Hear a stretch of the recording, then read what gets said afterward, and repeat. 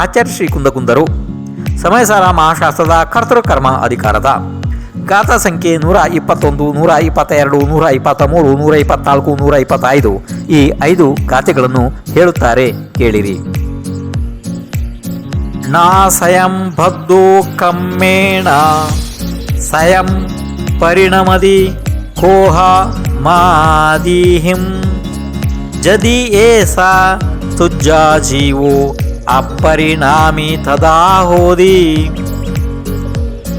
ಅಪರಿಣಮಂತಮ್ಮಿ ಸ್ವಯಂ ಜೀವೇ ಕೋಹಾದಿಹಿಂ ಭಾವೇಹಿಂ ಸಂಸಾರಸ್ಥ ಅಭಾವೋ ಪ್ರಸಜ್ಜದಿ ಸಂಕ ಸಮವೋ ವಾ ಪೊಗ್ಗಲ ಕಮ್ಮಂ ಕೋಹೋ ಜೀವಂ ಪರಿಣಾಮ ಯದಿ ಕೋಹತ್ತಂ ತಂ ಸಮಯ ಪರಿಣಮಂ ತಂ ಕಹಂ ನು ಪರಿಣಾಮಯಧೀಕೋಹೋ ಅಹಾಸಯಮಪ್ಪ ಪರಿಣಮದಿ ಕೋಹ ಭಾವೇನ ಏಸದಿ ಬುದ್ಧಿ ಕೋಹೋ ಪರಿಣಾಮಯದಿ ಜೀವಂ ಕೋಹತ್ತಮಿದಿ ಮಿಚ್ಛಾ ಕೋಹೋ ವಾಜುತ್ತೋ ಕೋಹೋ ಮಾಣು ವಾಜುತ್ತೋ ವಾ ಯಾ ಮಾಣವೋ ಮಾಣಮೇವಾಥ ಮಾ ವಜುತ್ತೋ ಮಾಯಾ ಲೋಹು ವಜುತ್ತು ಹವದಿ ಲೋಹೋ. ಈಗ ಗಾಥೆಯ ಅರ್ಥವನ್ನು ನೋಡಿರಿ. ಹೇ ಭವ್ಯ ಜೀವ, ನಿನ್ನ ಬುದ್ಧಿಯಲ್ಲಿ ಒಂದು ವೇಳೆ ಈ ಜೀವನು ಕರ್ಮದಲ್ಲಿ ಸ್ವತಃ ಬದ್ಧನಾಗುವುದಿಲ್ಲ, ಕ್ರೋಧಾದಿ ಭಾವಗಳಿಂದ ಸ್ವತಃ ಪರಿಣಮನವಾಗುವುದಿಲ್ಲ, ಆಗ ಅಪರಿಣಾಮಿ ಆಗುತ್ತದೆ.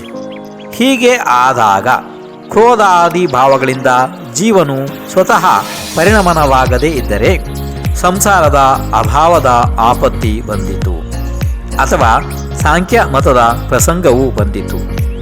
ಒಂದು ವೇಳೆ ಹೀಗೆ ಎನ್ನಬಹುದು, ಕುತೂಹಲ ಕರ್ಮರೂಪವಾದ ಕ್ರೋಧವು ಜೀವನಿಗೆ ಕ್ರೋಧ ಭಾವದಿಂದ ಪರಿಣಮನ ಮಾಡಿಸುತ್ತದೆ. ಅಂದರೆ ತಾನು ಸ್ವತಃ ಪರಿಣಮನವಾಗದ ಆ ಜೀವಿಗೆ ಕ್ರೋಧ ರೂಪದಿಂದ ಹೇಗೆ ಪರಿಣಮಿಸುತ್ತಾನೆ? ಇದು ಹೀಗೆ ಪ್ರಶ್ನೆಯು ಉದ್ಭವಿಸುತ್ತದೆ. ಅಥವಾ ನಿನ್ನ ತಿಳುವಳಿಕೆ ಹೀಗೆ ಇದ್ದರೆ ಆತ್ಮನು ಸ್ವತಃ ಕ್ರೋಧ ಭಾವದಿಂದ ಪರಿಣಮಿಸುತ್ತಾನೆ, ಕ್ರೋಧ ಜೀವನಿಗೆ ಕ್ರೋಧ ರೂಪದಿಂದ ಪರಿಣಮಿಸುತ್ತದೆ. ಹೀಗೆ ಹೇಳುವುದು ಮಿಥ್ಯಾ ಆಗುತ್ತದೆ.